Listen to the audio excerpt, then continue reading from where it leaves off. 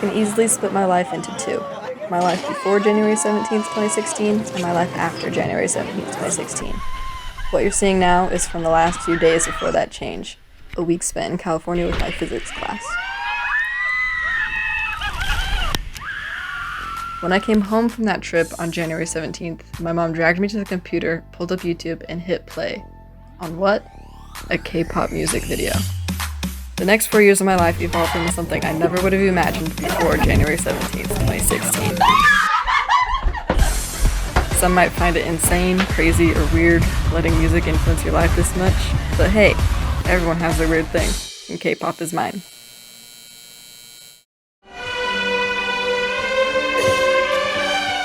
I grew up listening to all kinds of music, but I never really knew just how much music was out there.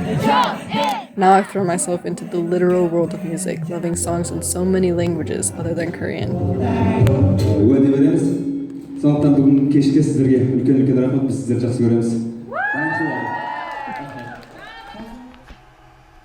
One of the biggest and most important ways that K-pop has changed my life is that it's made me do things. I don't know how to say that's the same ultimate bias as you. Just shout out your ultimate bias. Nothing has made me go out of my comfort zone more than K-pop has. Only a few months after discovering K-pop, I started a YouTube channel with my mom, my aunt, and my aunt's friend. That in and of itself was beyond my comfort zone, being vulnerable and putting my face, opinions, and talents online. When we reached 109 subscribers, we arrived to the big 10,000 subscriber goal, which is pretty crazy. The channel's audience had a slow growth, but now we have almost 30,000 subscribers. The channel has given us the credibility and opportunity to be panelists at KCON, a giant annual convention for everything K-pop in Los Angeles. And then they'll know that all the mistakes are cute. I went from being a newbie K-popper to being an expert, from talking in front of a camera to talking in front of a real audience. Really liked the song. This encouraged me to host K-pop events of my own. A couple years ago, K-pop events in Utah were non-existent. So my mom and I partnered up with a Korean restaurant to host these events with activities, raffles, and of course, a random dance challenge. As soon as one event ends, we immediately start getting asked when the next one will be. Ice cream, you scream, you're gonna eat ice cream! My mom and I also started traveling to concerts. I grew up going to concerts, but the closest city where K-pop groups tour is Los Angeles, either a 10-hour drive or a $200 flight.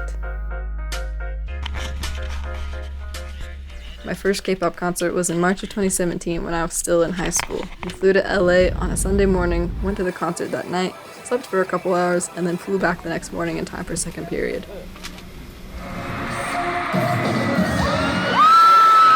Since then, I've seen more than 70 K-pop groups and artists in concert.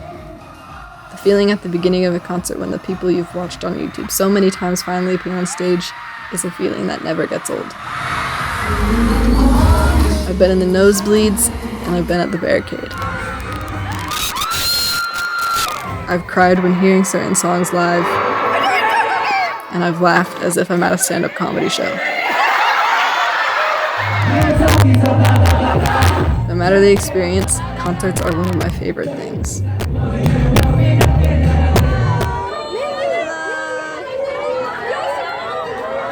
I was also able to attend a lot of events and concerts when I actually lived in South Korea. Yes, the ultimate going out of my comfort zone, traveling to the other side of the world by myself for a semester abroad. It was amazing to finally be in the place I had learned so much about.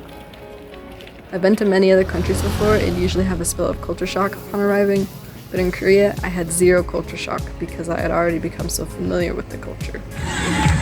I miss the street performers, the public transportation, the Han River, and the view of Namsan Tower outside my window. I hope to someday go back and experience it all again.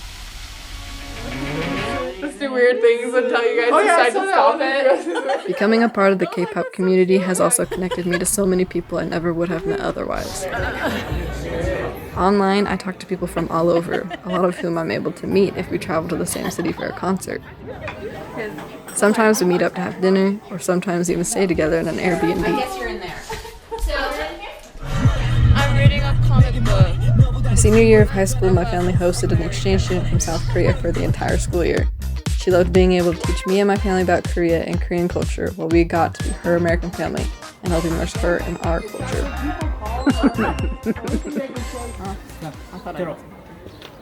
Zero. 7. Being able to have these connections makes me feel like I have family all over the world, and family right next to me, even if they are on the other side of the world. Hi, I'm Keston.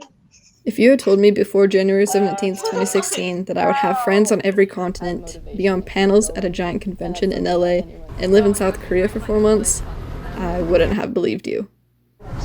K-pop encouraged me to think outside my own culture. It pushed me to do things I never thought I'd do. Oh, watch out. It welcomed me into a community where I met people from all over and made some of my best friends. My life at the start of 2016 feels like an entirely different existence. But I'm glad K-pop showed up and made it into what it is now. Oh, and by the way, the music is good too.